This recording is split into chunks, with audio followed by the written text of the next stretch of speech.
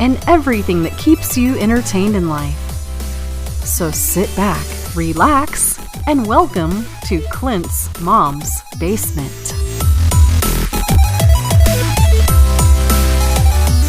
Ladies and gentlemen, boys and girls, welcome to the show today. You are now dwelling in the basement. My guest today is Marilynn Hughes, and we are talking about... It's called The Solitary. It's the first book in a trilogy called The Solitary series. So that's a trilogy of books you've written? Mm-hmm. That's a trilogy. Yeah, three books. One of my series. Yep. Okay. And what are they about? Well, The Solitary is one of the sequels to The Mysteries of the Redemption. It follows the Mystical Captive series, and it goes into the journey of the soul as it really goes into when you're passing through the karmic stages of development, and you've passed through the understanding of the fall of man, which is the mystical captive, which is the mystical theology period of understanding what the fall is and how we regenerate from the fall. Then you enter into the solitary period, which is how we regenerate energy as souls and bring back a higher spiritual grade of wisdom back from the Godhead into our spiritual vessel here on earth. So you have in the spiritual, in that series of the Solitary series, you have the Solitary, the Emissary, and the Potentate. Those are the three books, and it's three books that are continually expanding further into as the soul is now moving into literally becoming like a firecracker for God in the mystical realms, bringing into the earth some of the higher spiritual vibrations and becoming capable of altering realities and altering energy in the mystical spheres and on earth below in a much higher grade. Wow. How long does it normally take you to write these books? To write them? Well, it all depends. They're all very different, like first of all, like The Mysteries of the Redemption was the first book that I put out, but it was the first books I put out were done like 15 years before, but The Mysteries of the Redemption inculcates the ones that were put out.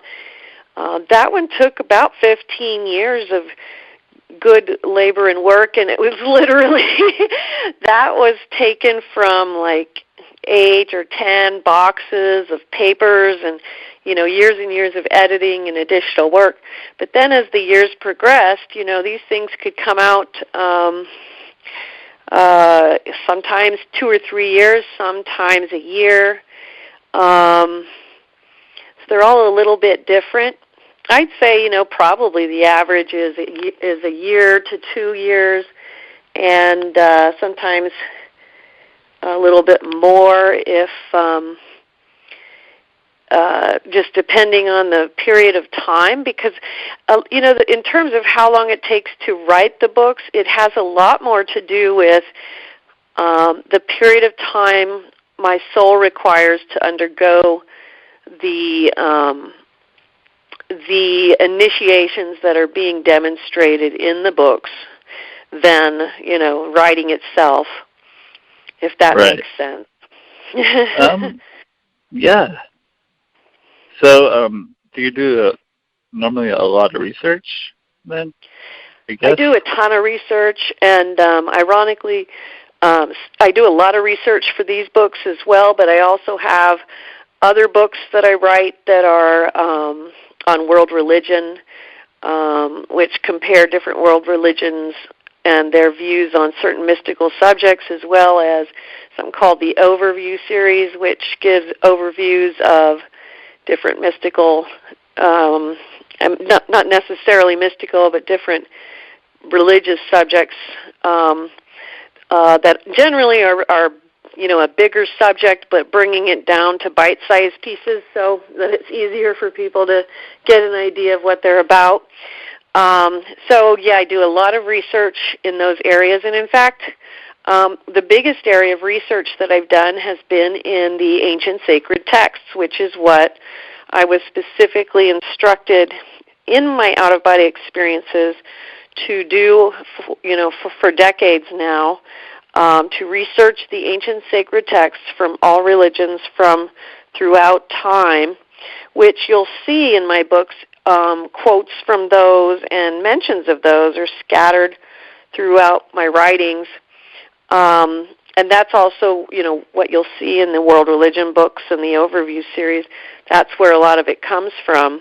One of the series of books that I wrote, which was also a result of that, was the only English language Encyclopedia of Ancient Sacred Texts, which is the 12-volume The Voice of the Prophets, Wisdom of the Ages.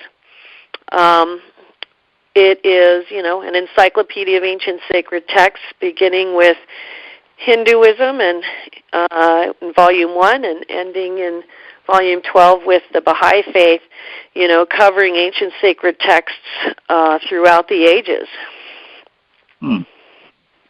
It's interesting.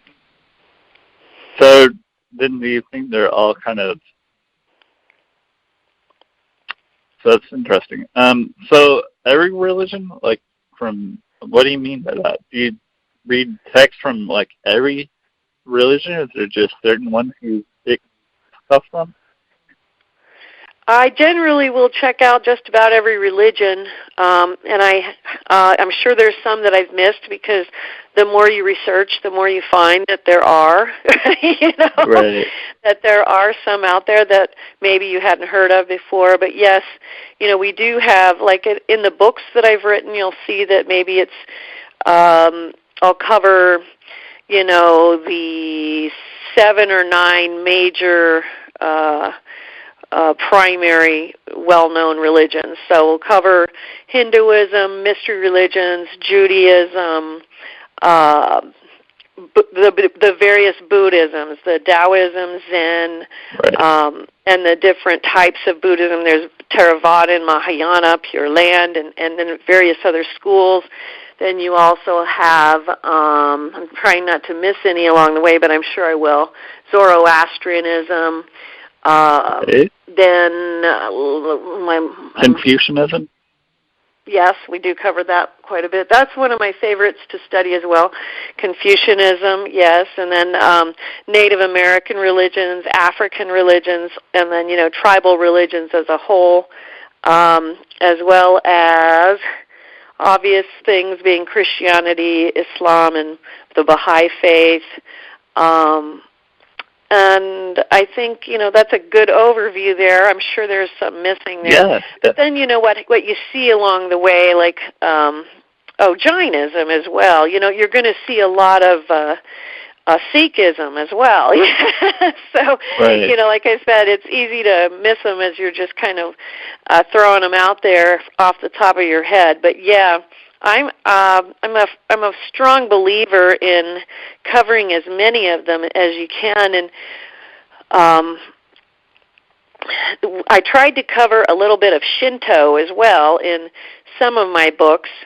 And in fact, I had one of the last remaining Shinto priests a few years ago was going to write a book that we were going to try to publish, but that never came through, which is unfortunate. It just wasn't his discipline, I guess, in terms of writing it down. But that would have been very interesting, just because it's something that's not well written of. You know what I mean? Kept in writing.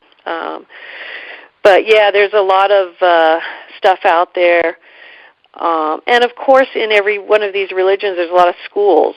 Hinduism has many breakdowns, just like Buddhism does. So, It's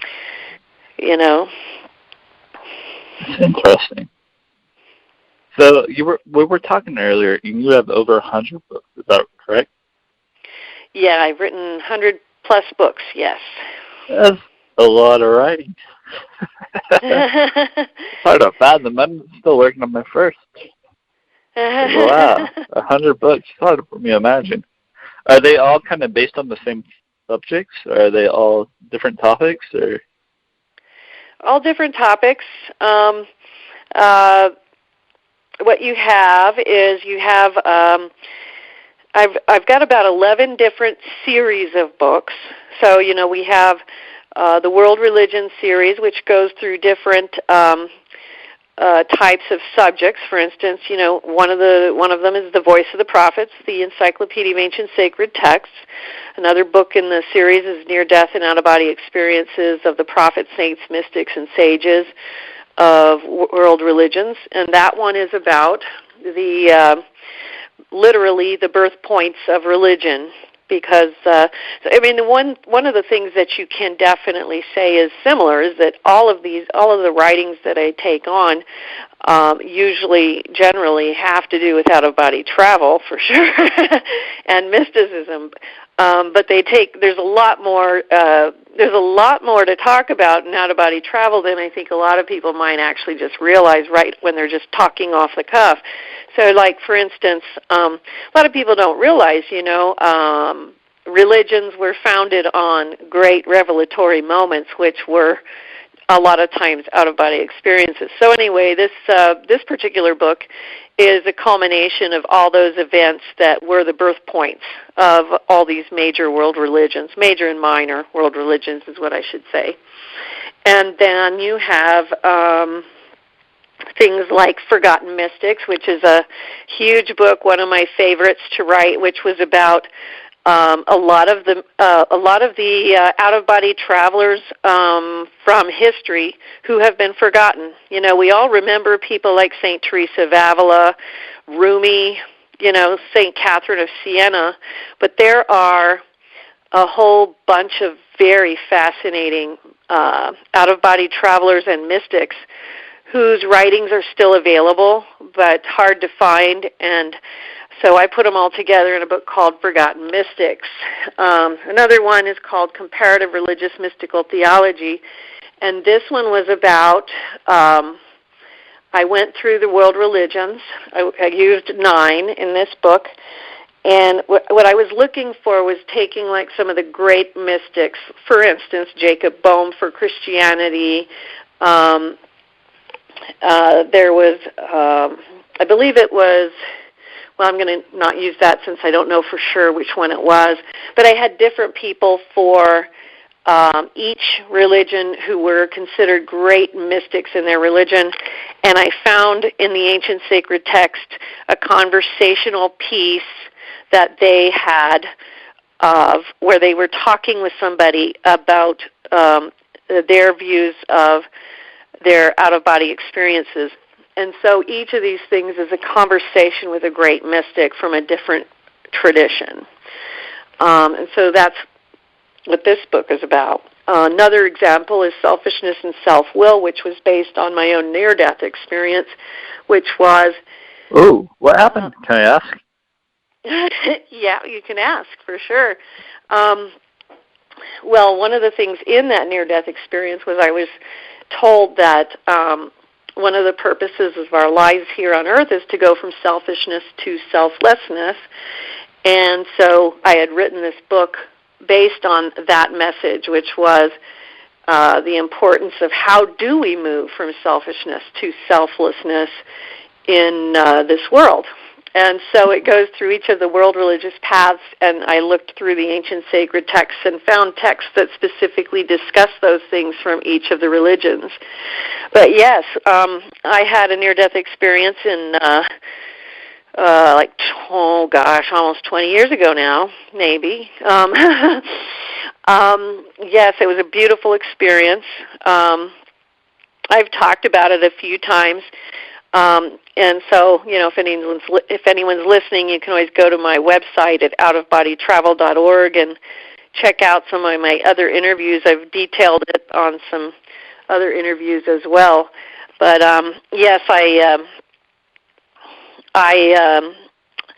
had what's called cardiomyopathy, heart failure, and it was diagnosed in 2001, but this was in 2003, and there were indications that my heart was not doing as well on medication, and so they were going to go in and do a catheterization, and then they had a chopper standing by, and in case I had to be flown out for to be prepared for waiting for a transplant.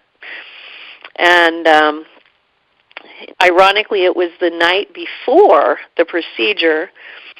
When you have something like cardiomyopathy, heart failure, you can have funny little rhythm problems that happen. And I'm assuming that must have been what happened. I don't know for sure because I was at my home, so I all of a sudden I was out.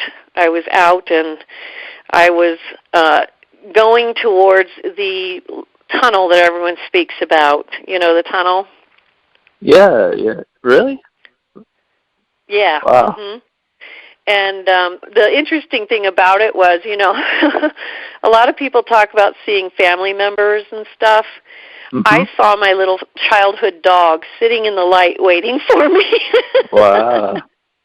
And I thought that was so sweet. But, I was pretty young at the time. And so most of the family that I know well was on this side of the veil. Now, 20 years later, I have a lot of family members who I would love to see who have crossed and would probably be there. But it was my little dog, you know what I mean?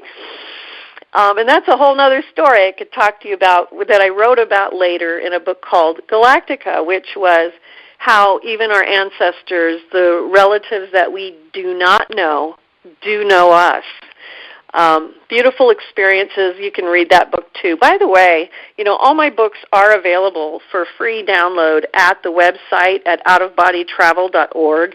You can just go to Out of Body Books, and all of our books are available for download. So whatever you're interested in, it's right on that page.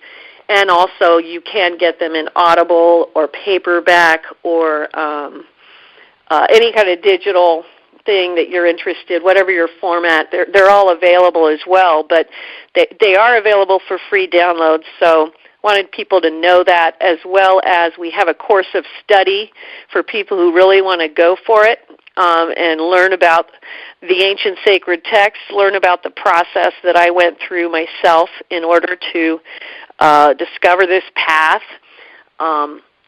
I laid out the journey as close as I could to as it was given to me through my out-of-body experiences on the course of study, also free to take at the website. So Galactica is the book that comes after the Mysteries of the Redemption. And, the first books I tell people to read if you're new to this are Come to Wisdom's Door and the Mysteries of the Redemption. So Galactica follows it. But just a little side note, when you get to Galactica, if you're interested in this sort of thing, there's a lot of interesting experiences about our ancestors and how our ancestors are aware of us even when we don't know who they are. It's very it's a beautiful thing how our how the world of the living and the world of the quote-unquote dead work together.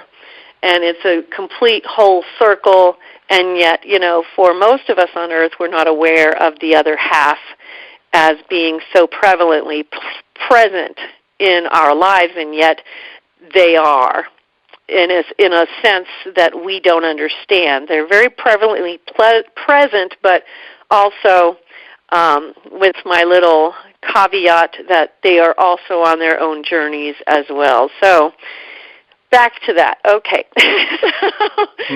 So my little dog was in the light, and from previous experiences I'd had, I knew that you really can't go through the light unless you're planning not to return. It's kind of a thing, so if you go too far, there's certain boundaries of, okay, if you cross this line, then you're not going back. If you're, you know what I'm saying?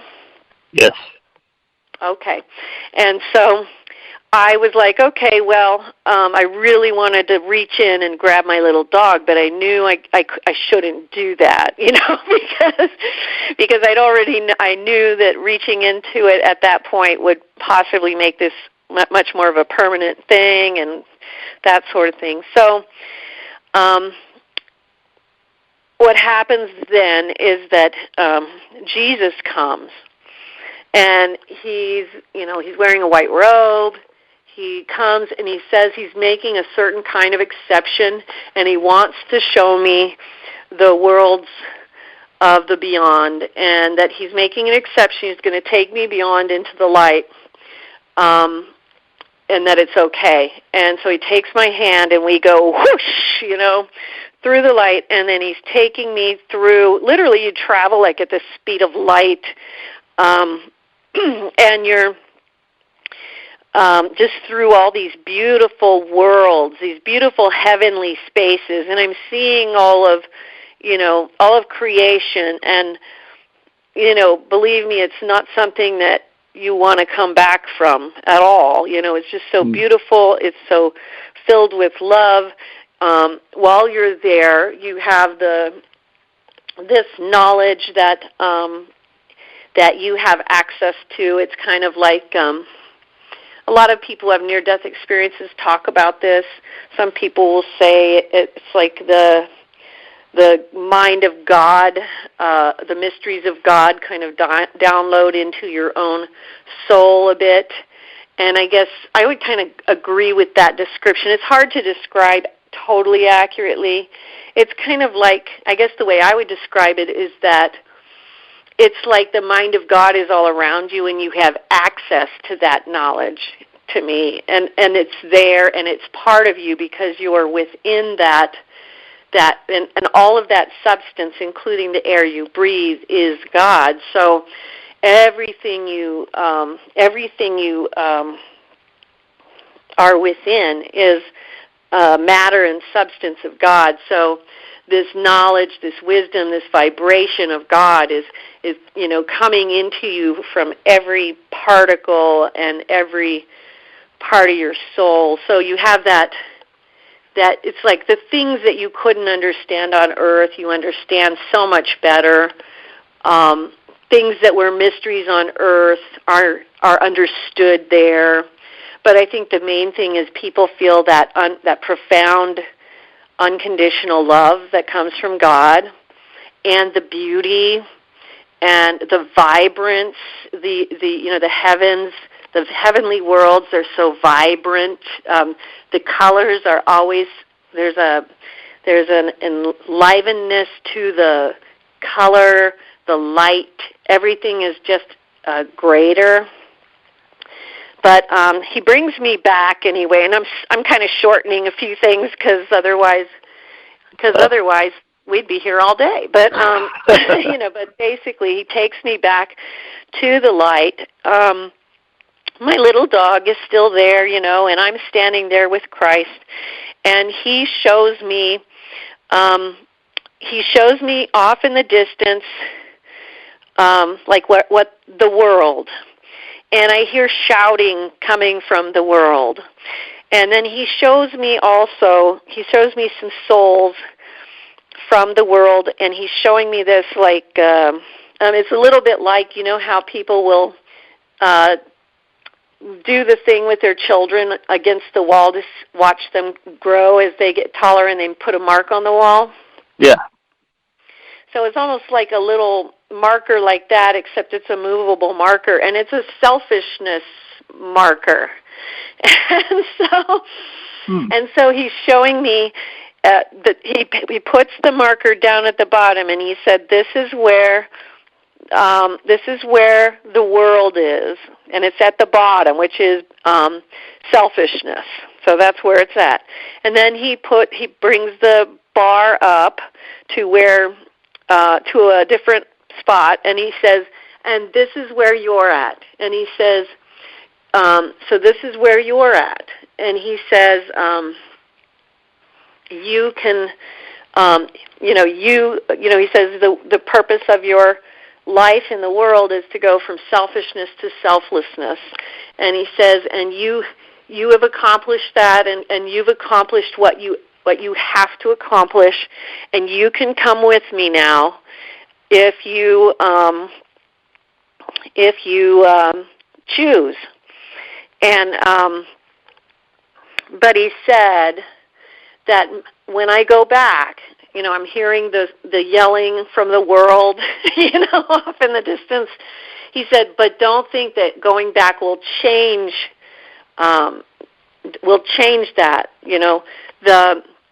The world will remain selfish. And basically, he's letting me know that I don't have the power to change the nature of the world, but I can go back if I want to go back. He's giving me that choice, or I can stay. And at that time, I had 3 very little children, and I said, well, if I have the choice, I have to go back because I have to raise my kids. And he said, okay, well, I'm going to have you go back, and I want you to pray for a heart transplant. And I looked at him and I said, no, I can't do that. And there was just kind of like a pause. And then I just said, but I will pray that the perfectly healthy person who would have to die needlessly to provide me with a heart will be spared, and I will take my chances with the heart that I've got. And again, there's a lengthy pause, and he looks at me and says, I grant that. And then, whoosh,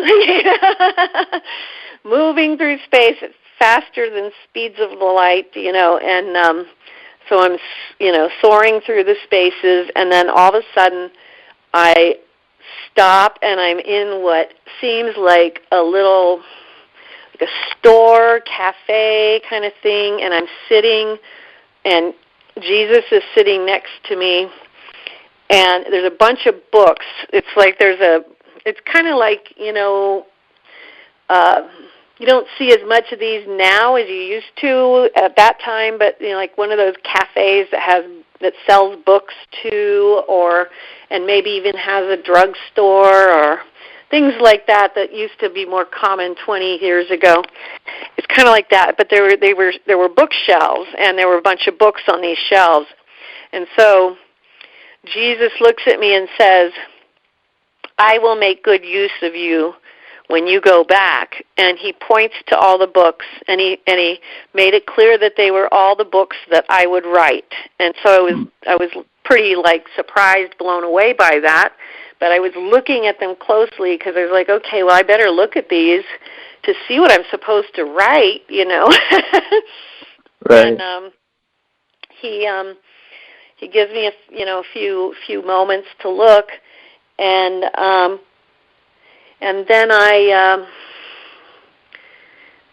then he says, I'll make good use of you, and I might be missing a detail or two, so I apologize if I am.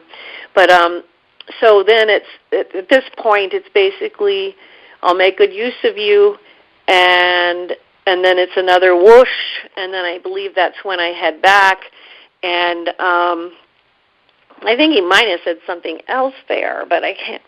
But I think that might have been it. I'll make good use of you, and then I head back, and then the next day I have the procedure. Come out of the procedure, and I'm still in the hospital and I'm asking, why am I here? Because I was supposed to be flown out, and I remember the doctor saying, well, for some reason, your heart's doing a lot better than it was last week, and we can't explain it. And I said, okay. And I didn't say anything more because I kind of had a feeling as to why. But I didn't. So I didn't mention it at all to any of my docs because I knew they weren't believers in this sort of thing, so I kept it to myself. Wow. That's a really interesting story. So is that when you first got started in writing, or were you writing before that? I was already writing for like over 15, 20 years. I started writing when I was 22. Let's see, so my first experience was this experience occurred in 2003, and ironically it was about 6 months before the Out-of-Body Travel Foundation was founded. And the first experience that I had in my adult life was when I was 22, and that was in 1987. And then I had a very profound experience when I was 9 years old, which led me to understand that I had some kind of purpose that would reveal itself later, like in my adulthood, which it did.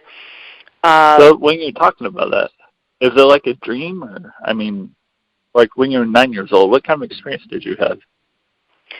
That one was so hard to explain, but I'm going to. Oh. Okay. No, sorry. But one of the things, just to explain, to help people, because this is hard for people to understand when you're talking about what's an out-of-body experience versus a dream versus just whatever. And so what I kind of characterize is that there are your random dreams that people have that are just, your brain working through the day's events and things like that, and that's normal psychological stuff that our brains do. There are other dreams that have more of a prophetic nature, and that has to do with us touching into what I call the management realm of the spiritual, which has to do with things that are forming, things that might begin to happen. And that's, when you say prophetic, it doesn't necessarily mean prophetic on a grand scale.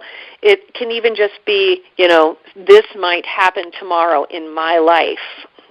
And the reason why that happens is because in the management realm, what we do, say, think, and put out there is already forming to create what the next day might create. And so it's already forming in energy. So those are another type. Then you have what are called spiritual dreams, which are dreams that are very obviously intended to guide the person and have spiritual significance. Out-of-body experiences are a different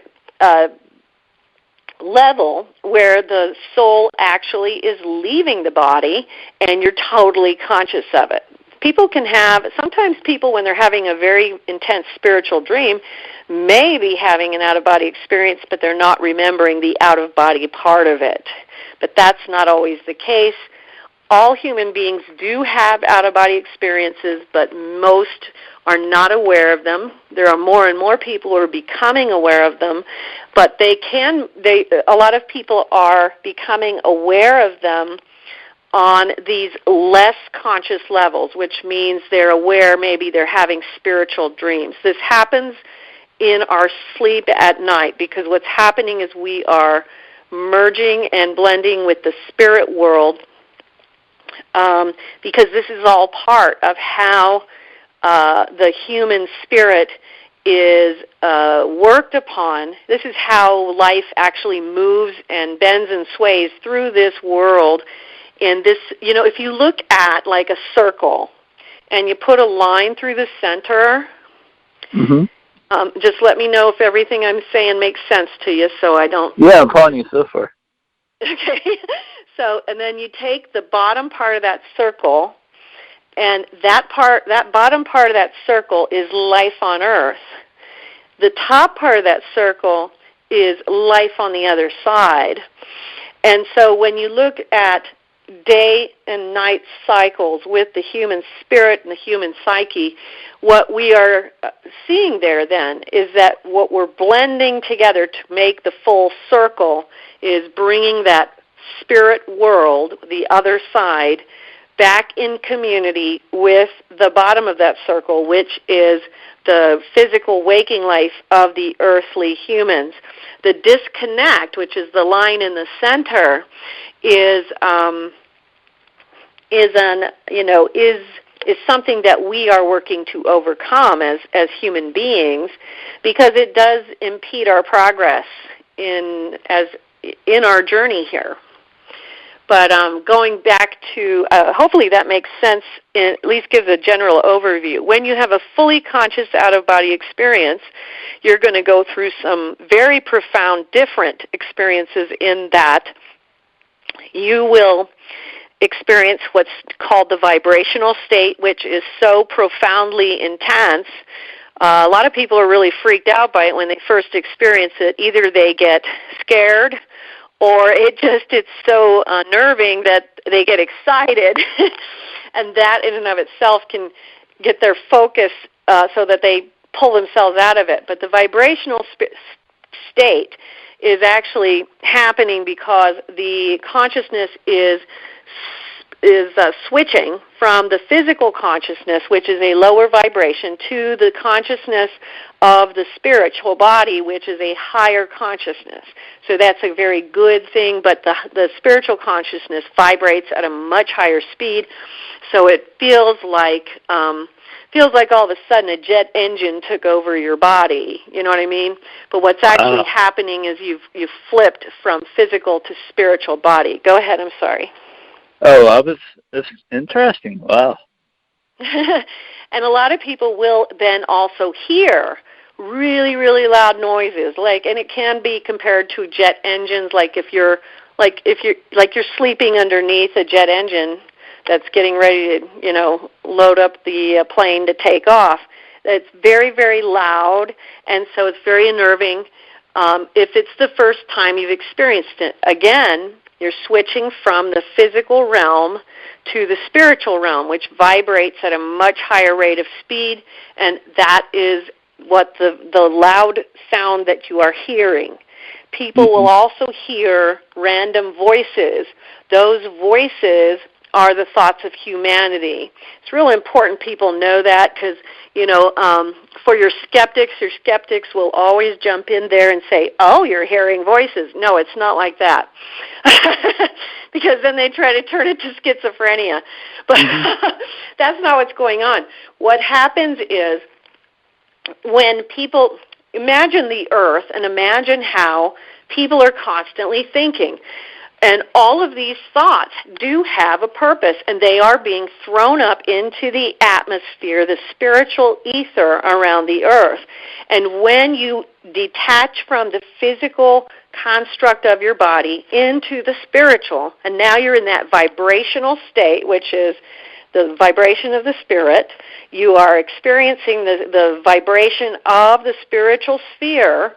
Okay, this is the spiritual sphere, which is also the fourth realm. This is the fourth realm. So we live as human beings in the third dimension, but it is overlapped by the fourth realm. So we live in the third and fourth realm. So when you do this, you are going from third dimensional awareness to fourth dimensional awareness. So those thoughts of humanity that are constantly being generated are being thrown in automatically to that fourth realm. So obviously, those thoughts become part and parcel of that fourth realm. This is one of the reasons why there's a difference between, and a lot of people don't know this, but I'll just make the clear point of the difference right now. There's a difference between the term out-of-body travel and astral travel. Even though they are often used synonymously, there's actually a difference, but even though a lot of times people will use them with the same intent, astral travel is speaking of fourth realm travel. And that is this overlapping realm around the third dimension, which is where we exist.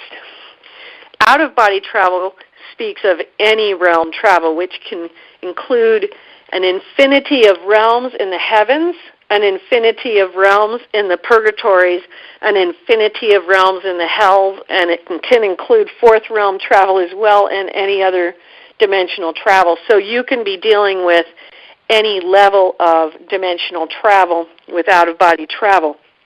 It's okay that people don't always point out the difference, but it's just a semantics thing that's helpful for people to understand. And it's helpful for people to understand, okay, well, why do you hear those voices in that state? It's because you just connected with the fourth realm. As you perfect this gift, those voices become less and less, you don't hear them as much because you literally override the fourth dimensional realm travel as you progress. But it is something that you're going to deal with for a while if you are beginning, and so that's important to know. So that's why you hear those. You just hear random voices, and you'll hear. It's interesting because it's just thoughts. You're like, oh, did I leave my keys in the? You know what I mean? You're just going to hear what people would be thinking. And so it's just all these different thoughts that are all jumbled together. And then, there's more to that as well. But going back to your question, what happened when I was 9? So then we had talked about going back and trying not to be too confusing. We talked about dreams that are purely for the brain, the psychological dreams, the dreams that have to do with the management realm of what we are creating for our next day that can also have that personal prophetic purpose, spiritual dreams, and then out-of-body experiences, and then there are also mystical visions and, things like this. And the mystical visions have their own set of grades, and I won't bother with going into all of those, but when I was 9, I had one of these. And I was lying in my bed, and this can happen if you read about or study, and you can do that with a lot of my books at outofbodytravel.org. There's a lot of books about the mystics from throughout the ages, but a lot of mystics had these. These can be people who have waking visions, people who have visions in the out-of-body travel state, but they can happen in a lot of forms, but we won't go into detail right now on that. But when I was 9, I had this unbelievable vision where I had been sleeping and then all of a sudden awakened in my sleep, the incredible vibrations, and all of a sudden I was seeing these clouds in front of me that were, billowing, bulbous clouds that were white and blue, and they were just moving in front of me, and powerful, thundering clouds. It was a very visceral experience. They opened up to reveal a marble staircase to heaven, and on the sides of the staircase were angels just lined up. They were all looking towards the center of the staircase, almost like you would see soldiers, They were beautiful. They were female angels with the big white wings. They were kind of like made of light. They were not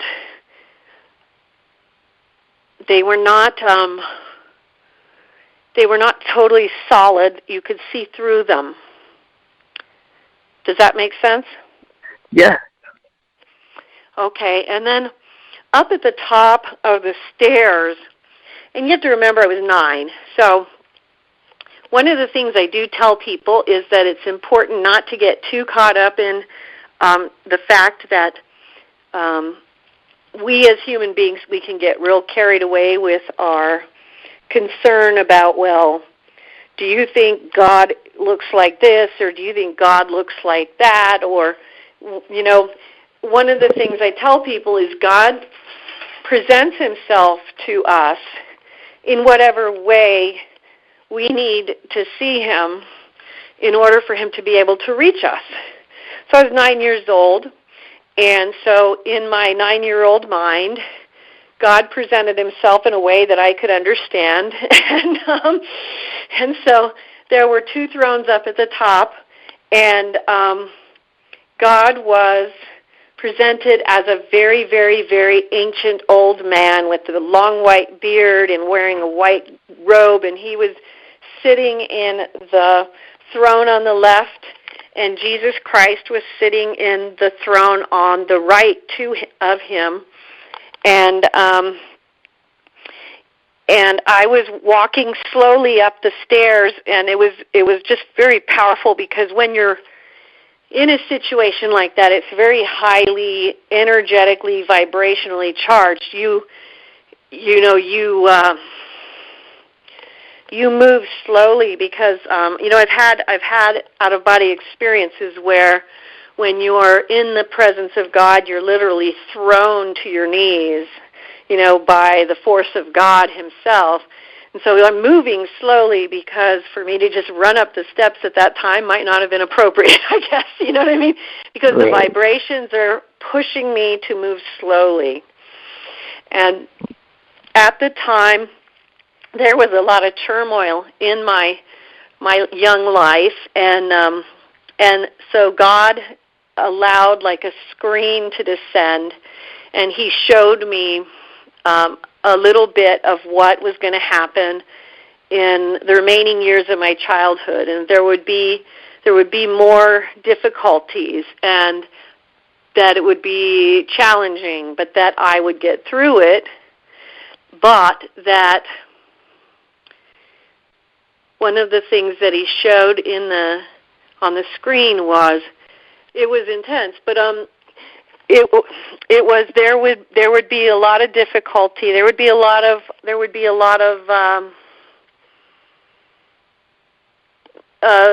just persecution, persecution, and he showed me standing tall like the cross, and cool. I'm sorry? Oh, I just said cool. Oh, yeah. I was trying to act engaged. I'm sorry.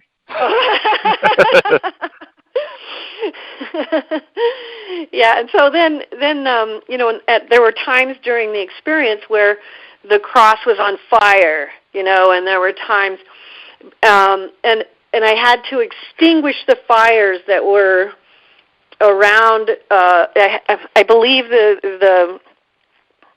had extinguish the fires that kept getting put onto the cross. Do you see what I'm saying?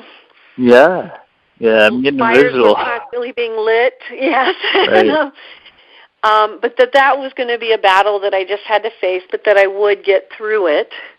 And then when he showed me that, and he was letting me know, and he was filling me with strength at the same time, that you're going to get through this. And then when he was done showing me that and the screen was gone, he let me know that he would return to me at a later time, and that I would be, he would return to me at a later time, and I didn't know at the time it would be through out-of-body experiences in particular, just that it would return to me, and I had a purpose with this somehow, and that I needed to know that would happen, and that I would get through all this, and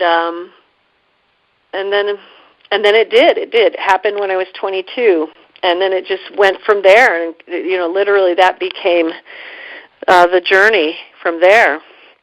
Wow, that's an awesome story. Can people learn more about that on your website? Yeah, that story in detail is shared literally right at the beginning of the Mysteries of the Redemption, which is at outofbodytravel.org. That's really cool. Do you have anything else you would like to put over? Do you have a YouTube page by any chance? Oh yeah, I do. And we have a huge forum of people. We're probably going to hit 900,000 by the end of the year. You can join our forums and all of our social networks and go to our YouTube channels. We also have a YouTube channel that has all of my interviews that I've done, as well as we created a separate YouTube channel this year that has author Q&A, which is also linked at the website. And so you can listen to specific questions that people have asked me and my answers to them, and send your questions, and I'll answer them on there as well. Awesome. Well, thank you so much for doing this interview. It was very enlightening. Oh, thank you for inviting me, Clint. I love hanging out in people's basements with them. That's a little creepy when you say it that way. I'm just kidding. I mean, I like the chill vibe. You know, it takes me back to my younger days. You know, and we would all hang out in Mom and Dad's basement, that kind of thing. Wasn't meant to be that creepy. Oh, I know. I'm just kidding. All right. Thank you so much again, and you have a great day, okay? You too, Clint. Thank you so much for having me. Bye. Bye.